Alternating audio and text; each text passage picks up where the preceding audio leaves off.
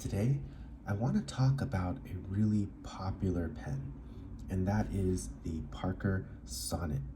Now, this pen is very popular with people who are not necessarily into stationery or fountain pens, because I've seen this pen be gifted many times. I've personally been gifted a Parker Sonnet before from someone who is not a pen enthusiast, and I've gifted a Parker Sonnet as well to someone who was not a pen enthusiast. So this is a pen that is widely available, very commonly seen, and just a very popular pen.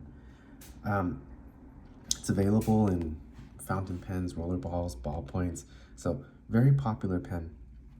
But I have a sneaking suspicion that this is a pen that is quietly respected by people in the fountain pen hobby as well.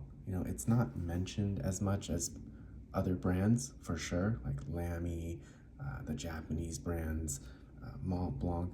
But I have a suspicion that people secretly respect this pen.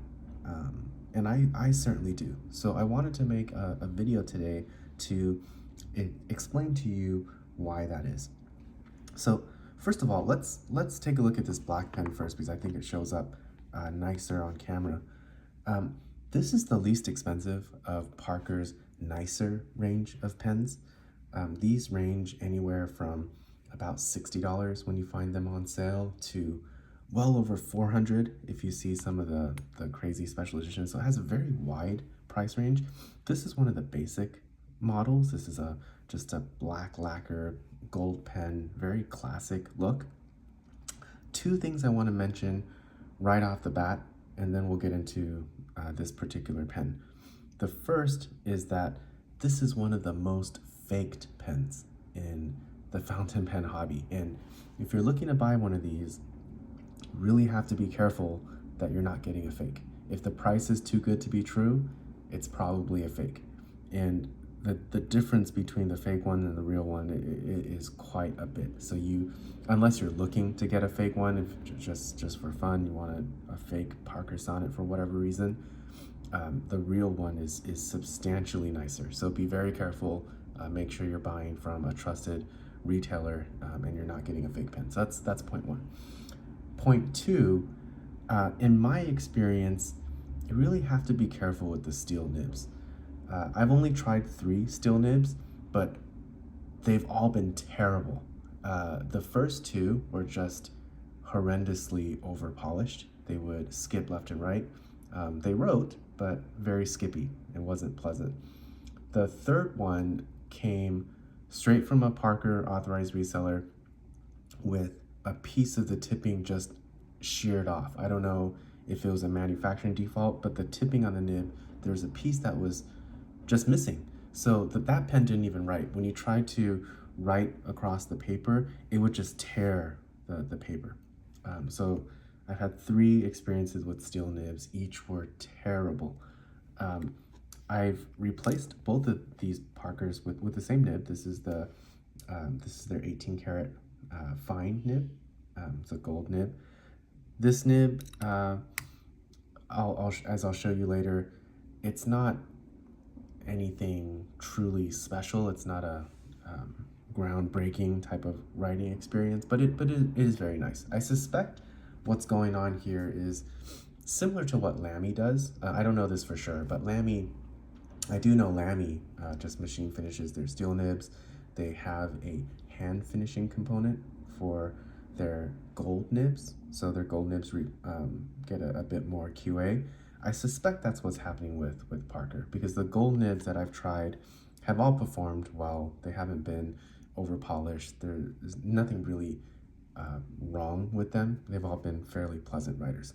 So those are the 2 quick disclaimers. Don't get a fake one, and be careful of the steel nib. If you want a steel nib, I recommend being able to try it first, or buying from a place where you can easily return the pen if there's something wrong with the nib, just to make sure you don't end up with something that doesn't write particularly well.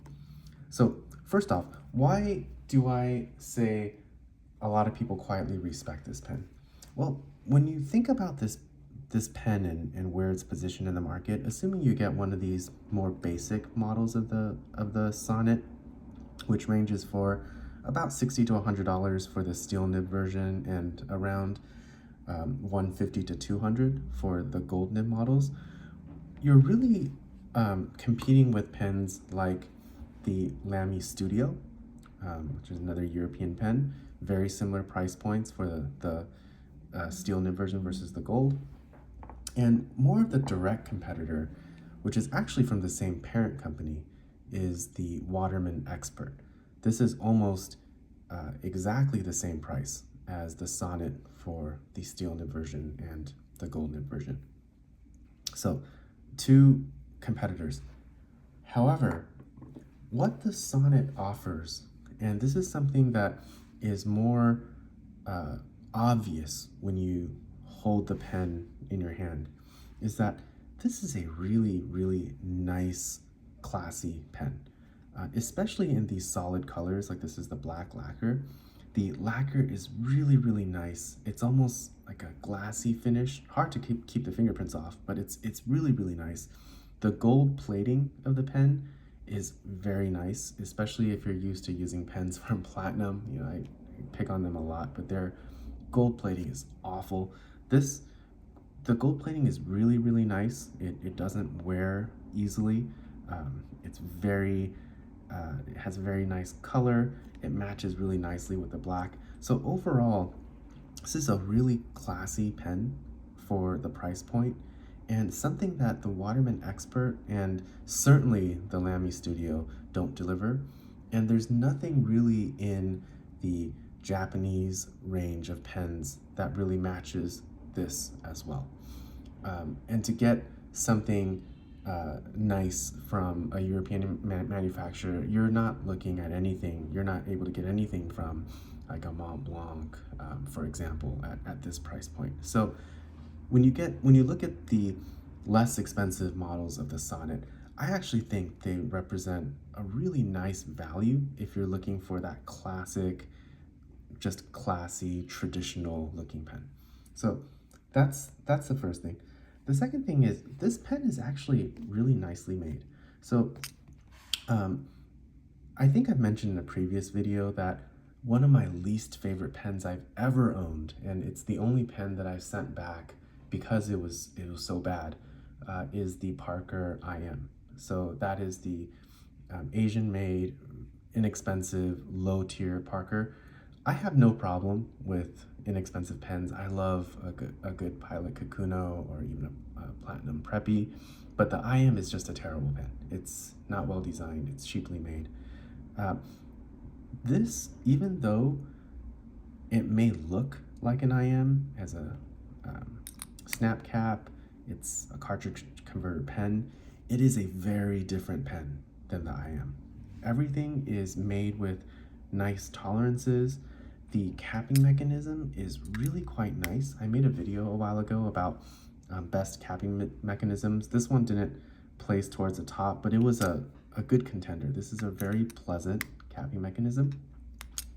It's a cartridge converter pen, which I actually don't mind. It comes with two types of converters. This is the traditional, the twist converter that you typically see. I actually prefer the other type of converter that comes in the lower tier. Whoops, sorry, hit the tripod there. That comes in the lower tier of Parker pens. This is, it looks cheap, but this is a sliding converter. I find these work really well in terms of getting the ink better, easier to use than the twist converters, in my opinion. So second point, first point, very classy. Second point, it's actually very, very well made and very, very pleasant. One thing I will say, this is on the narrower side of fountain pens. It is narrower than both the Waterman Expert and the Lamy Studio that I showed you earlier, but for day-to-day writing, I find this quite comfortable. So let me quickly show you the other pen. So this is the other Sonnet. I'm showing you this just to show that within the Sonnet line, there's a wide range of colors, nibs, there's special editions. So if this classic black and gold colorway is not to your liking, you'll probably be able to find one. This is a pure stainless steel one. I've Frankensteined this pen a little bit by putting a stainless steel section and a gold nib. But that said, you know, there's so many different variations of the Sonnet. This one, I'm actually kind of surprised why Parker doesn't just sell it like this. They have a stainless steel section that matches the body. So come on, Parker.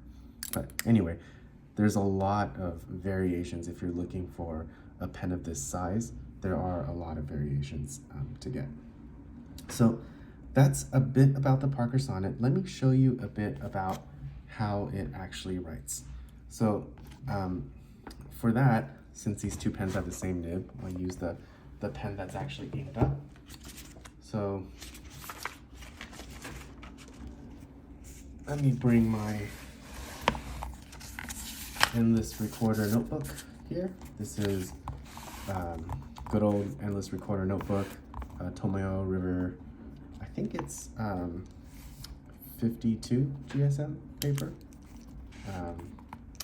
But just a quick demonstration of what this writes like. So this is a Parker Sonnet. This is an 18 karat fine nib. This is probably not surprising to anybody, but Pilot Blue Black.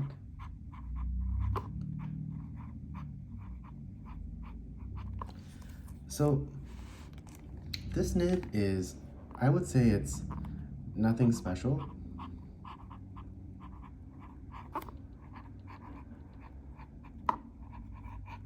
But it's very pleasant.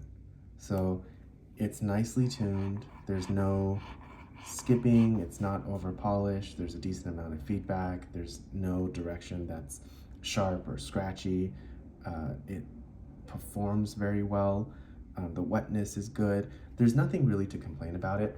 I'll just say that if you're looking for a premium writing experience, if writing experience is what you value most, I personally would turn to the Japanese nibs, Pilot, Platinum, Sailor. But those brands for this price point do not offer a pen that is this classic, this sort of well-made in terms of the fit and finish. If you're looking at a gold nib Parker Sonnet, you're basically looking in the price range of something like a Pilot 74. And while that pen has a far superior writing experience, it's much more comfortable, at least in my hand, it doesn't compete directly with the Sonnet. So if you are looking for that classy European fountain pen made in France these days, even though it's kind of ironic, and Parker being an old American brand, but you know, if you're looking for that classy European fountain pen in that price range, you really can't go wrong with a Parker Sonnet. And it makes a lot of sense to me why this is a very popular pen, not just within the fountain pen hobby, but overall. I think it's a solid choice and respected, you know, well-deserved, respected within the industry. So hope that was fun. Talk to you later.